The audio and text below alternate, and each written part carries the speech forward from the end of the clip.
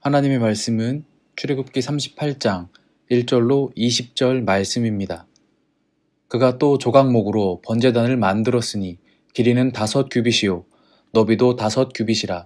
네모가 반듯하고 높이는 3규빗이며 그 네 모퉁이 위에 그 뿔을 만들되 그 뿔을 제단과 연결하게 하고 제단을 노스로 쌌으며 제단의 모든 기구 곧 통과 부삽과 대야와 고기 갈고리와 불 옮기는 그릇을 다 노스로 만들고 제단을 위하여 놋 그물을 만들어 제단 주위 가장자리 아래에 두되 제단 절반에 오르게 하고 그 놋 그물 네 모퉁이에 채를 꿰일 고리 넷을 부어 만들었으며 채를 조각목으로 만들어 놋으로 싸고 제단 양쪽 고리에 그 채를 꿰어 매게 하였으며 제단은 널판으로 속이 비게 만들었더라.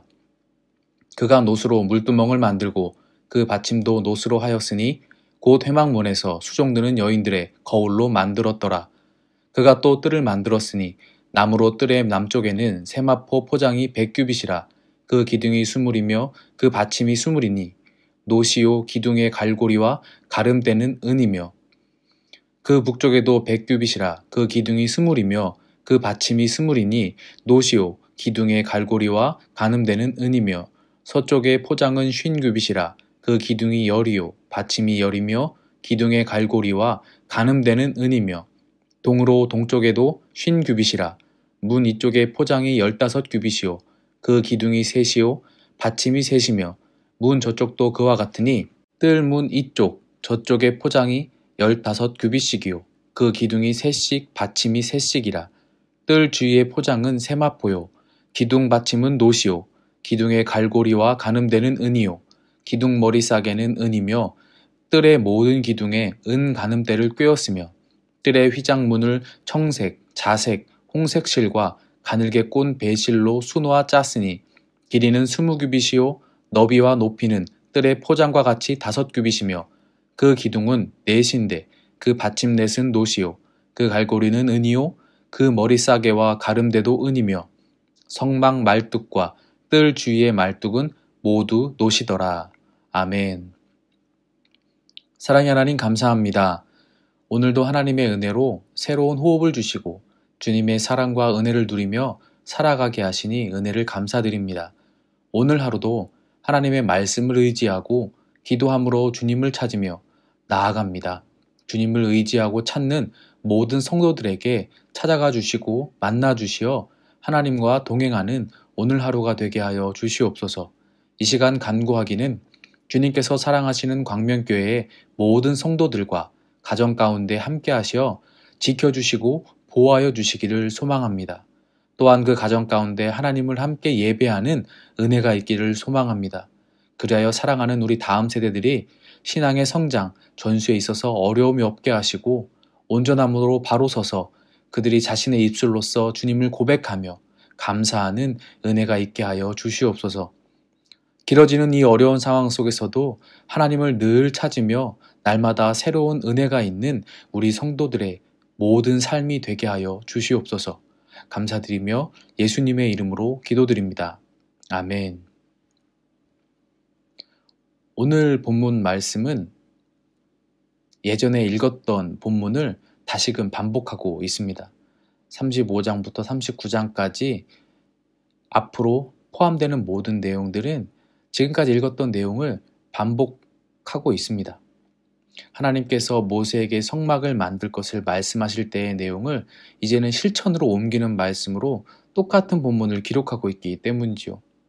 어제는 법궤, 진설상, 향단, 등잔대를 만드는 것을 보았고 오늘 본문은 출애굽기 27장에 기록된 성막 뜰에 비추될 번제단과 물두멍 그리고 성막을 감싸고 있는 겉 울타리를 만드는 과정을 반복해서 말하고 있습니다.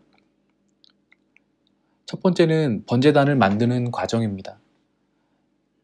제단이라고도 부르고 불 태우는 곳이라는 의미로 번제단이라고 부르기도 하고 놋으로 싸서 만들었기에 놋제단이라고도 부르기도 합니다. 이 번제단은 조각목으로 만들었고 놋으로 쌌습니다. 이동이 용이하도록 고리를 만들어 매고 이동할 수 있게 만들어졌죠. 또한 네 귀퉁이에 뿔이 달린 것이 특징입니다. 이 뿔에 잡은 희생제물에 피를 발랐습니다. 희생제물에 피를 흘리고 불태워 하나님 앞에 올려드리는 곳이 바로 번제단이었습니다. 이때 중요한 것은 희생제물에 안수하는 의식이었습니다.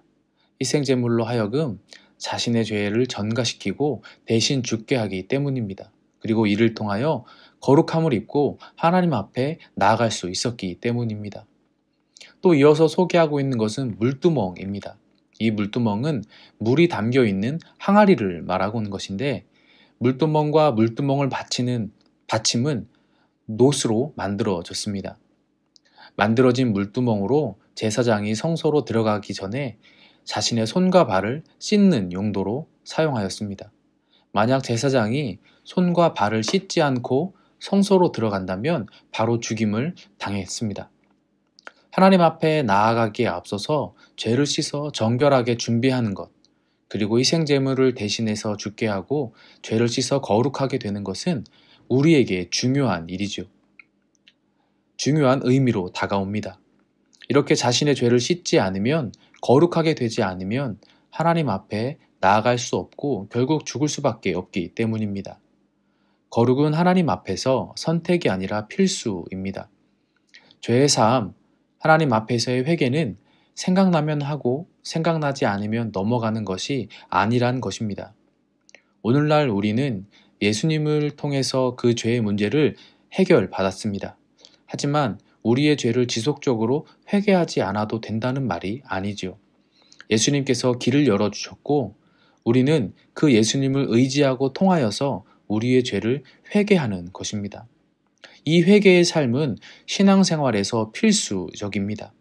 예수님을 지속적으로 찾고 의지하고 부르는 것이 우리의 신앙의 삶에서 반드시 수반되어야 한다는 것입니다.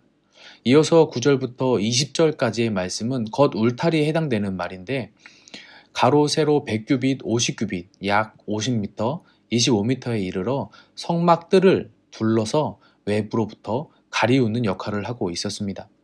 이 성막들과 외부는 울타리를 통해 경계가 되어 있습니다. 성막들 안에서는 회개와 회복이 일어나고 그 경계 밖 세상에서는 죄와 사망으로 나아가는 유혹이 가득한 곳이었죠. 상징적인 의미로 이분법으로 나누어 말씀드렸지만 그 의미가 우리에게 무척 중요합니다. 죄와 사망 속에서 거룩과 회복으로 나아가는 그 통로가 울타리를 지나는 것이기 때문입니다. 우리가 살아가는 이 세상에서 거룩과 회복으로 나아가기 위해 그 울타리를 지나 성막들로 나아가는 것이 우리의 신앙의 삶의 모습들입니다. 하나님께서는 오늘날 우리에게 예수님을 통하여 그 통로를 열어주셨습니다.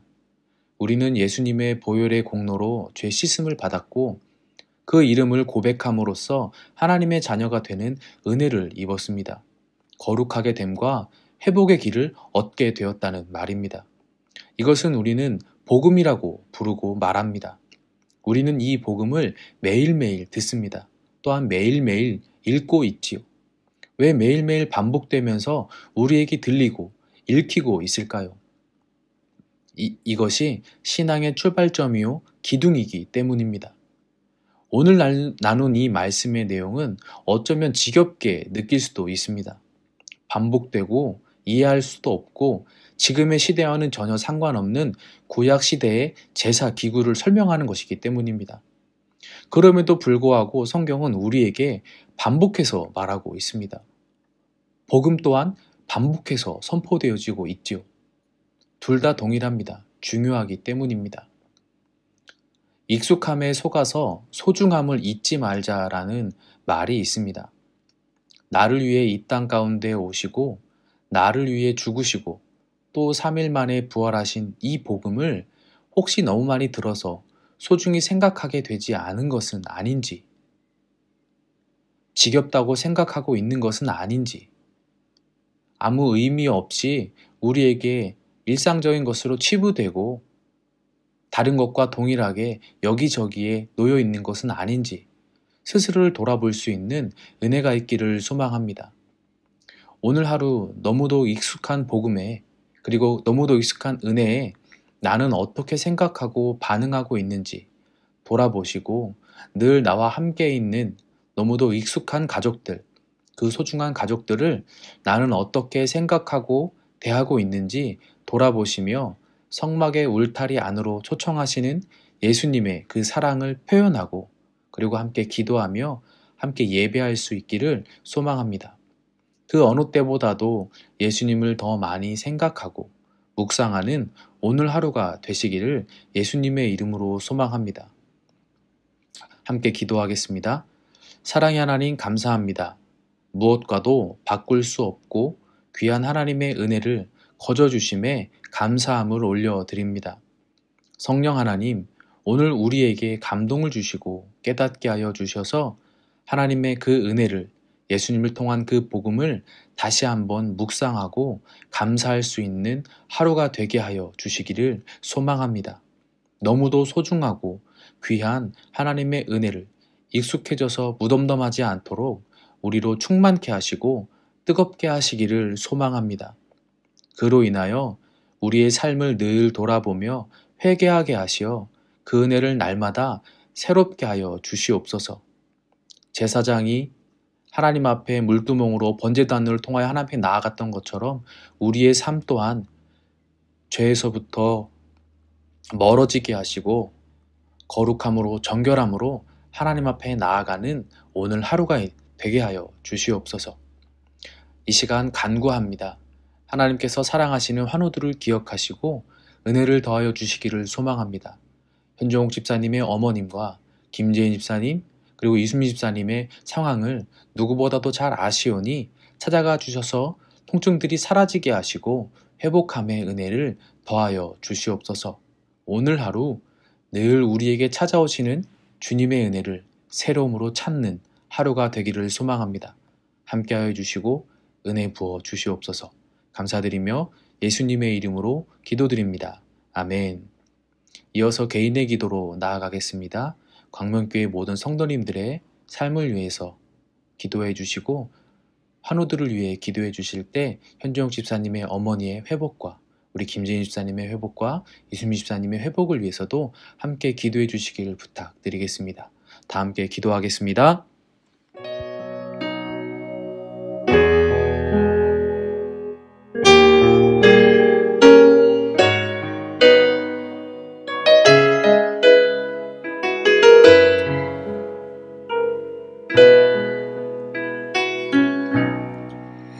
나 같은 사람도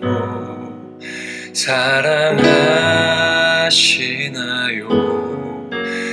너무 크고 아름다운 그 사랑, 그 사랑 내 맘 넘치니 나 더욱 주 사랑하니 나의 하나님, 살아계신 하나님, 당신의 뜻 이루어 주옵소서. 나의 하나님, 살아계신 하나님, 당신의 길 가게 하소서.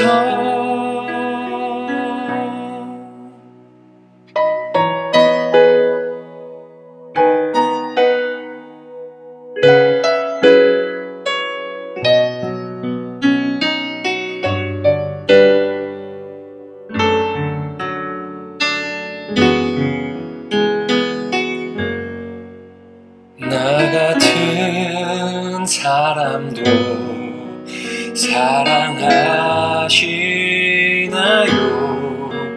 너무 크고 아름다운 그 사랑,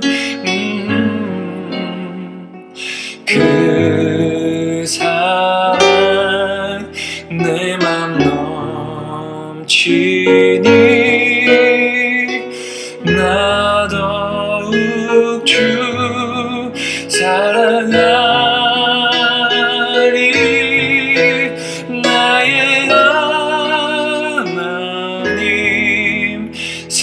살아계신 하나님 당신의 뜻 이루어 주옵소서. 나의 하나님 살아계신 하나님 당신의 길 가게 하소서. 나의 하나님 살아계신 하나님 당신의 뜻 이루어 주옵소서. 나의 하나님 살아계신 하나님 당신의 길 가게 하소서. 당신의 길 가게 하소서.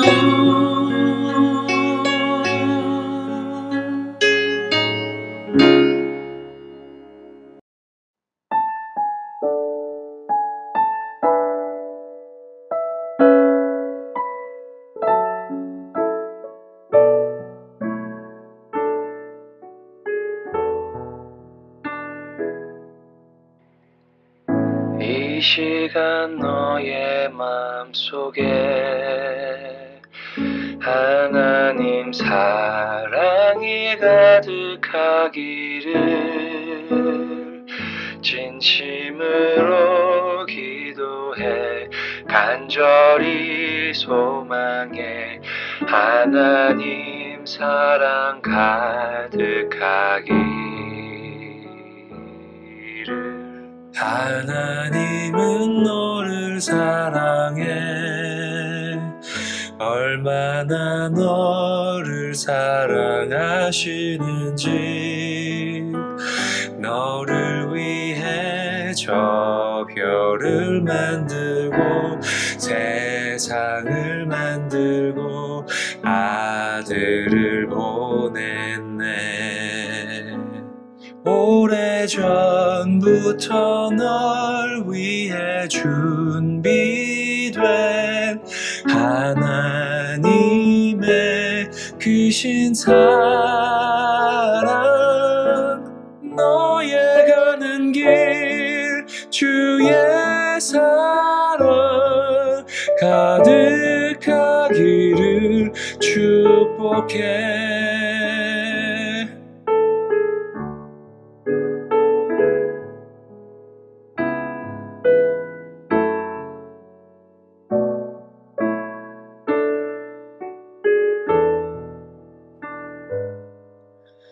하나님은 너를 사랑해 얼마나 너를 사랑하시는지 너를 위해 저 별을 만들고 세상을 만들고 아들을 보냈네. 오래전부터 널 위해 준비된 하나님의 크신 사랑 너의 가는 길 주의 사랑 가득하기를 축복해. 힘든 일도 있겠지만 나 그때마다 늘 함께 할게. 하나님 보이신 큰 사랑으로 나 또한 너를 사랑해. 오래전부터 널 위해 준비된 하나님의 크신 사랑 가는 길 주의 사랑 가득하기를 축복해. 너의 가는 길 주의 사랑 가득하기를 축복해.